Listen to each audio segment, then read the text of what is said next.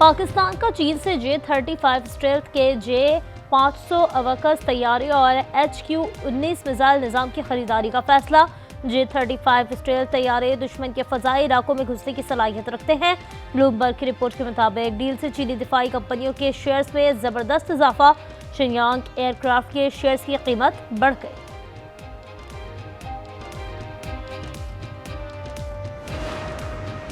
Non filers के खिलाफ होगा घेरा तंग। बैरून मुल्क सफरी पाबंदी। 50,000 के ट्रांजेक्शन पर टैक्स की शरह दुगनी करने की तजवीज़। 17,600 अरब रुपए हजम का वफाकी बजट आज पेश किया जाएगा। वफाकी वज़ीर ख़जाना मोहम्मद औरंगज़ेब बजट कौमी असम्बली में पेश करेंगे।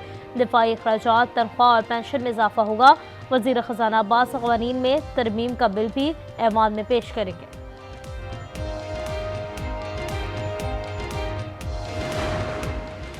किस पर कितना टैक्स, किस शोबे को कितना फायदा।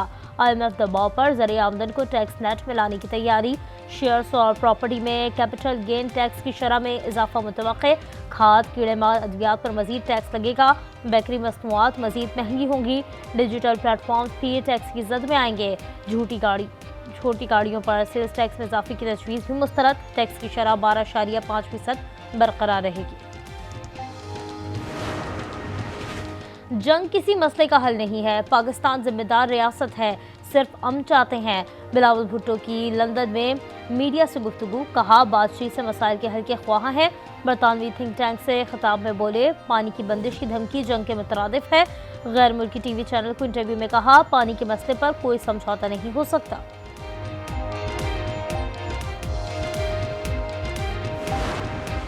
जड़ावाला में मामूली तर्क कलामी पर भाई ने भाई को कत्ल कर दिया। फायरिंग के बाद मुलजिम मौके से फरार। सादिकाबाद में डाकुओं ने 3 अफराद को अगवा कर लिया। मौफियों में हसास इदारे का मुलाजिम भी शामिल। पुलिस मौफियों की बाजियाबी के लिए मुतहरिक। खैबर पख्तूनख्वा, बलूचिस्तान और जनूबी पंजाब में 12 जून तक हीटवेव की लहर बरकरार रहने की पेशगोई। लाहौर में पारा 45 डिग्री से तजावुज़ कर सकता है। कराची में समंदरी हवाएं बहाल। दर्जा हरारत 36 सेंटीग्रेड तक रहने का इम्कान।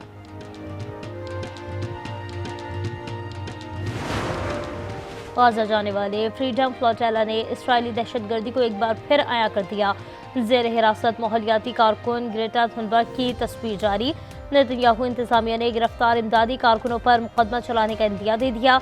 इसराइली मीडिया का ग्रेटा थुनबर्ग को रिहा करने का दावा।